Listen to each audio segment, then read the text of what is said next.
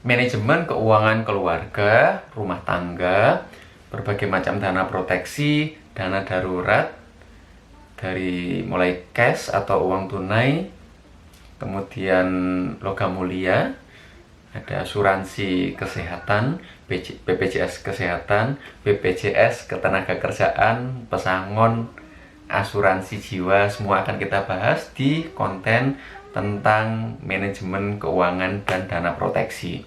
Oke. Halo Sobat YouTube, di era COVID-19 pandemi kali ini kita patut sadar bahwa banyak sekali ancaman atau tantangan dalam kehidupan kita, apalagi untuk Anda-Anda semua yang sudah berumah tangga, yang memiliki anak istri. Tentu patut kita perhatikan bagaimana kita memproteksi diri kita, baik secara kesehatan maupun secara keuangan. Karena apa? Karena di COVID-19 pandemi ini kita banyak belajar bahwa ancaman itu nyata. Tidak hanya penyakit terkait kesehatan yang kapan saja bisa mengancam jiwa kita dan kesehatan kita, tapi juga efek secara ekonomi, yaitu krisis ya. Karena ya kita bisa lihat di luaran sana banyak sekali PHK atau paling nggak minimal pemotongan gaji ya, terkait dengan efek krisis COVID-19 ini. Nah, pada konten ini kita akan bahas terkait manajemen keuangan keluarga, berkiblat dari pembelajaran kita di era COVID-19 saat ini ya, dan ini dirangkum dalam playlist manajemen keuangan keluarga ya. Playlist baru bisa dicek di atas ini, oke? Nah, dana proteksi ini sangat penting karena ini istilahnya backup kita ketika dalam kondisi yang tidak menguntungkan, dalam kondisi yang darurat. Kita akan bahas beberapa proteksi ya, dari mulai kita ketika sehat, ketika kita kena resiko sakit, ketika kita kena resiko kita PHK, dan amit-amit ya resiko kita meninggal dunia. Oke. Nah, ketika kita sehat ya, kita harus manfaatkan sebaik mungkin untuk menyiapkan dana darurat kita yang pertama ya. Dana darurat itu dalam berbagai literatur ada berbagai macam ya. Contoh, ketika lajang 6 kali pengeluaran bulanan, ketika menikah meningkat menjadi 9 kali pengeluaran bulanan, dan ketika berkeluarga dan memiliki tanggungan anak menjadi 12 kali pengeluaran bulanan.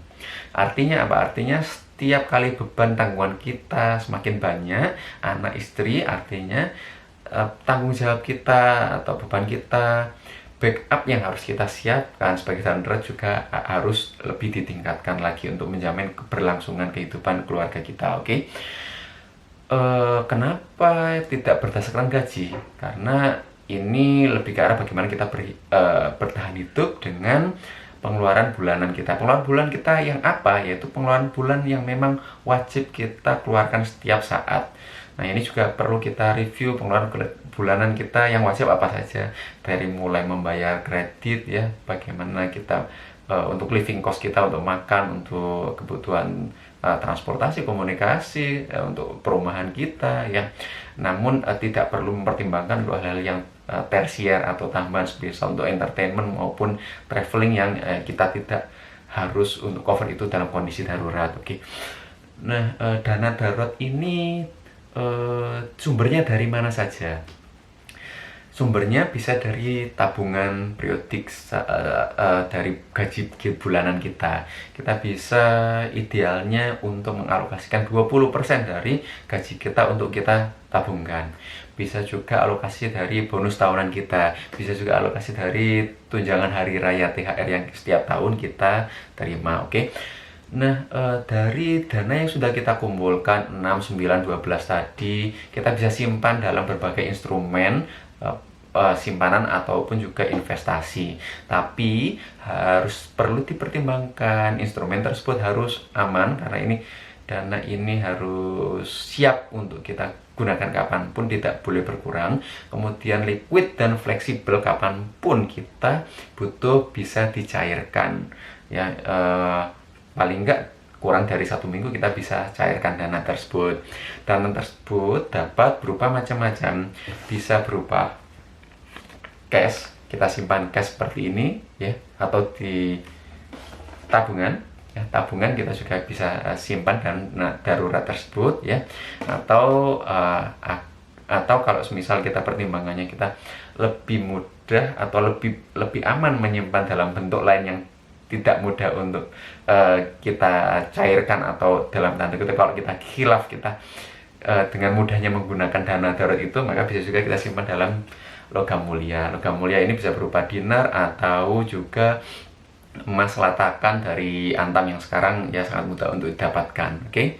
Selain bentuk itu juga bisa berupa deposito ya, sekalipun deposito juga ada jangka waktunya, namun tetap bisa kita cairkan tentunya dengan denda ataupun biaya penalti atau apapun ketika itu kita cairkan sebelum waktunya, sebelum waktu kontrak. Bisa juga reksadana, karena reksadana ya, saat ini sangat mudah dengan aplikasi ponsel di HP kita bisa cairkan dengan pencairan prosesnya adalah D+3 hingga D+7 dari proses pencairan.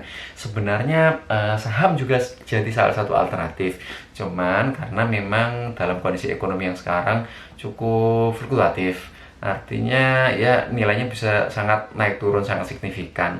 Sekalipun sebenarnya cukup liquid, D+2 setelah kita tarik dari rekening saham kita itu sudah masuk rekening kita. Oke. Jadi saya tidak terlalu sarankan untuk saham. Oke. Nah, dari dana darurat itu ya kita harus berusaha untuk kumpulkan mumpung kita dalam kondisi sehat. Nah, selanjutnya kalau semisal kita dalam kondisi sakit ya, itu kita juga perlu proteksi diri kita. Nah, dari apa?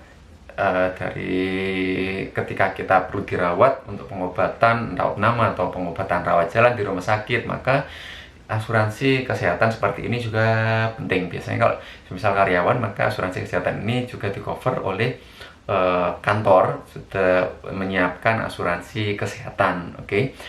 Nah, kalau memang tidak di cover oleh kantor, kita juga bisa mencari sendiri. Investasi kesehatan ini kalau saya lihat preminya sekitar mulai dari 8 juta sampai 9 juta itu bisa cover untuk 3 sampai 5 orang, artinya satu keluarga bisa di cover. Nah, memang saran untuk asuransi kesehatan ini adalah coveragenya tidak hanya untuk satu orang tapi untuk seluruh anggota keluarga, baik dari anak-anak maupun untuk orang dewasa, yaitu suami istri semuanya harus tercover. Preminya sekitar 8 sampai 9 juta per tahun ya. Banyak sekali pilihan-pilihan di luar sana yang bisa dicek. Ini memastikan kita dapat pelayanan kesehatan yang memadai ketika kondisi kita sakit. Ya naudzubillah, kita amit-amit kita sakit, kita tidak ingin kita sakit, tapi kita perlu proteksi ini. Kita harus siapkan dari awal sebelum kita sakit. Oke.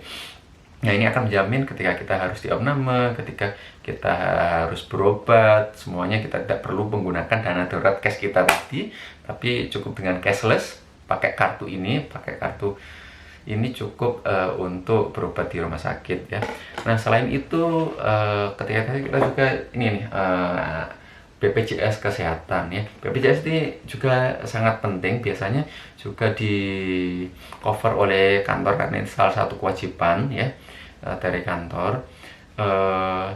Yang kalau kita tidak di cover kantor, maka ya mulai dari 50 sampai 150 per orang per bulan ya. Nah, ini kenapa penting? Karena dari pengalaman saya, kadang-kala kalau terjadi wabah itu ini kan ada term and condition atau ada ketentuannya, ada hal-hal yang tidak bisa di cover saat itu, ini bisa di cover.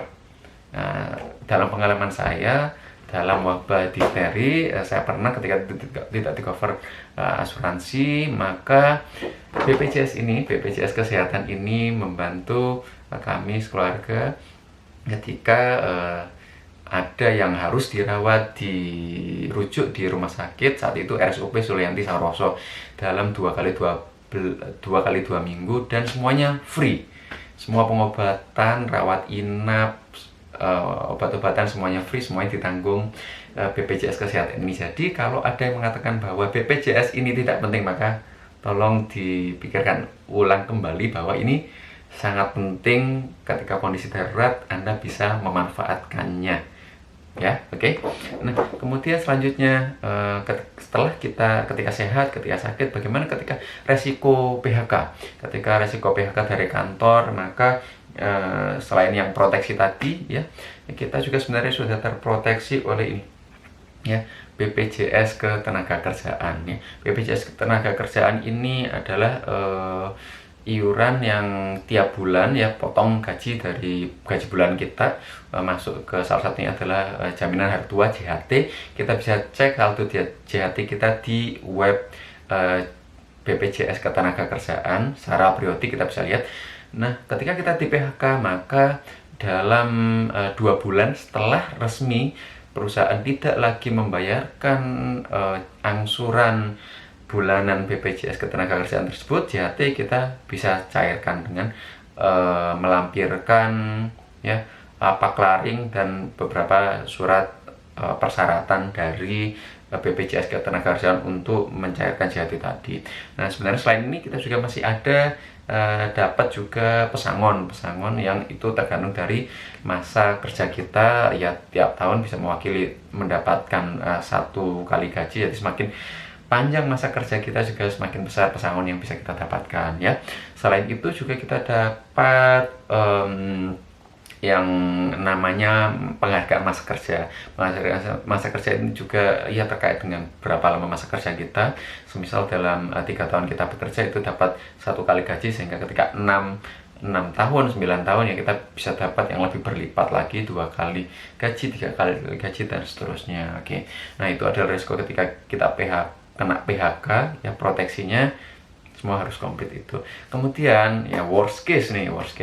Worst case amit-amit kalau kita semisal meninggal dunia bagaimana? Nah, kita juga harus memikirkannya, bagaimana masa depan anak istri kita, bagaimana mereka tetap bisa berpendidikan, bisa melanjutkan ke jenjang pendidikan hingga mereka bisa membiayai hidup mereka sendiri, bagaimana mereka bisa berpenghidupan, bagaimana mereka ya tetap memiliki uang untuk makan dan penghidupan selayaknya ya. Kita juga harus pikirkan, maka kita juga harus melengkapi dengan ini ya, dengan asuransi jiwa ya.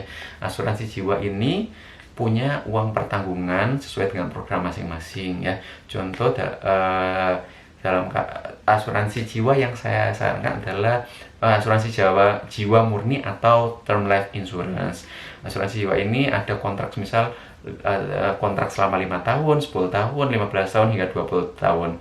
Nah, dalam contoh kasus ini adalah saya ambil asuransi jiwa dengan kontrak 20 tahun ya, dengan premi 4 juta per tahun dengan uang pertanggungan 1,25 miliar atau 1.250 juta. Nah, yang ini ketika kita meninggal bisa dicairkan ke ahli waris yang sudah kita tentukan di awal, tentunya dengan melengkapi syarat-syarat tertentu yang sudah diajukan. Nah, saat ini sudah banyak sekali provider-provider yang bisa dilihat untuk disesuaikan dengan kebutuhan kita ya. Nah, premi mulai dari 4 juta per tahun dengan uang pertanggungan sebesar itu diharapkan anak-anak dan istri tetap bisa melanjutkan penghidupan seperti semula ya, minimal 10-20 tahun, sehingga mereka yang masih anak-anak bisa sampai dengan kuliah, sampai dengan bisa mereka membiayai hidup mereka sendiri. Ini sangat penting ya. Nah, di era pandemi COVID-19 ini, semua pelajar ini kita harus sadari, dan ini sangat penting karena ancaman di luar sana ya, dalam tanda kutip ya, ancaman itu cukup nyata ya, baik kesehatan, ancaman terhadap jiwa ya, PHK baik pemotongan gaji maupun ya, PHK. Oke. Jadi semua proteksi yang tadi sudah saya jabarkan, dana darurat, semoga memberikan manfaat buat para penonton YouTube semuanya, agar kita siapkan semuanya ya. Jangan lupa subscribe channel Mas Yofi 13, karena setiap minggu kita akan berikan konten terkait dengan investasi dan keuangan yang tentunya semoga bermanfaat buat kalian semua. Oke, buat kita semua. Terima kasih, semoga bermanfaat. Salam sukses, bye.